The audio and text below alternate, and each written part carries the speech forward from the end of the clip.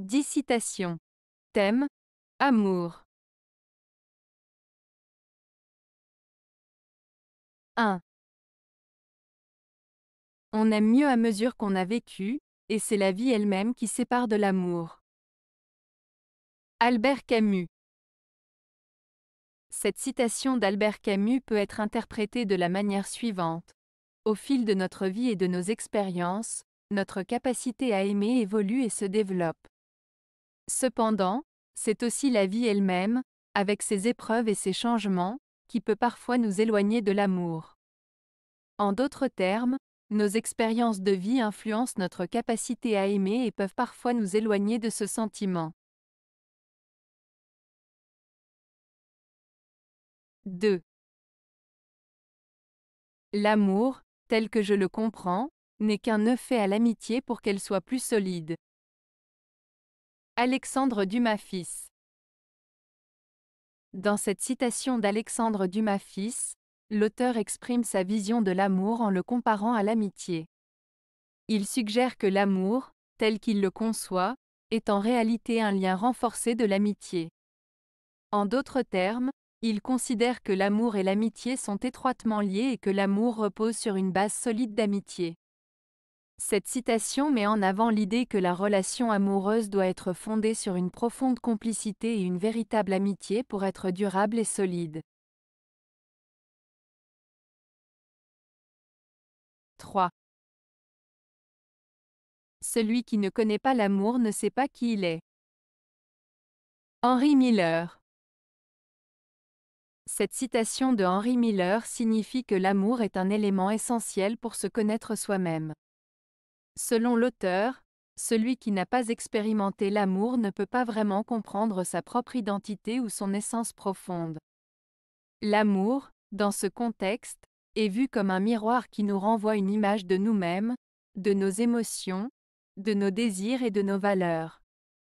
Ainsi, pour Miller, l'amour est un catalyseur qui nous permet de mieux nous connaître et de nous connecter avec notre être intérieur. 4. L'amour ne peut pas te sauver de ton propre destin. Jim Morrison. Cette citation de Jim Morrison, l'amour ne peut pas te sauver de ton propre destin, exprime l'idée que même l'amour le plus fort et le plus sincère ne peut pas changer le cours des événements prédéterminés de notre vie. En d'autres termes, notre destin est quelque chose qui est déjà écrit et que même l'amour ne peut pas modifier. Cette phrase souligne la notion que chacun a son propre chemin à suivre, indépendamment de l'amour que l'on peut ressentir ou recevoir. 5. Les amoureux se suffisent l'un à l'autre, et n'ont pas besoin d'un enfant commun pour être heureux. Sigmund Freud. Cette citation de Sigmund Freud met en avant l'idée que dans une relation amoureuse, les partenaires peuvent se suffire mutuellement et trouver le bonheur sans nécessairement avoir un enfant en commun. En d'autres termes, l'amour et la relation entre deux personnes peuvent être une source de bonheur et d'épanouissement en eux-mêmes, sans que la présence d'un enfant soit indispensable pour combler leur bonheur. Freud suggère que l'amour et la connexion émotionnelle entre les amoureux peuvent être une source de satisfaction et de plénitude en soi, sans avoir besoin de créer une famille pour être heureux. 6. Dans sa première passion, la femme aime son amant. Dans toutes les autres, tout ce qu'elle aime, c'est l'amour. Lord Byron. Lord Byron exprime ici une idée sur la nature des passions amoureuses des femmes. Selon lui, lorsqu'une femme tombe amoureuse pour la première fois, elle aime véritablement son amant en tant qu'individu. Cependant, dans les passions amoureuses qui suivent, la femme ne cherche plus spécifiquement à aimer l'homme en tant que personne, mais plutôt à ressentir et à entretenir le sentiment d'amour lui-même. Ainsi, l'objet de son affection devient moins important que le sentiment d'amour qu'elle éprouve. Byron suggère que les passions amoureuses ultérieures peuvent être plus centrées sur le concept d'amour en général que sur l'individu aimé. 7. L'amour, né du hasard, a ce curieux privilège, si je le veux, d'abolir le hasard. Hervé Bazin. Dans cette citation d'Hervé Bazin, l'auteur souligne que l'amour, qui naît souvent de manière imprévisible et aléatoire, a la capacité étonnante, si on le souhaite, de supprimer le hasard. En d'autres termes, l'amour peut donner l'impression de contrôler le destin et de transcender les circonstances fortuites qui l'ont initié. Cela met en lumière la puissance de l'amour à influencer nos vies et à nous donner un sentiment de contrôle sur ce qui nous arrive. 8. L'amour est une folie de l'échange. Pascal Quignard. Dans cette phrase de Pascal Quignard, l'amour est une folie de l'échange, l'auteur exprime l'idée que l'amour implique une sorte de folie dans le fait de donner et de recevoir. L'échange amoureux est souvent intense, passionné et parfois irrationnel.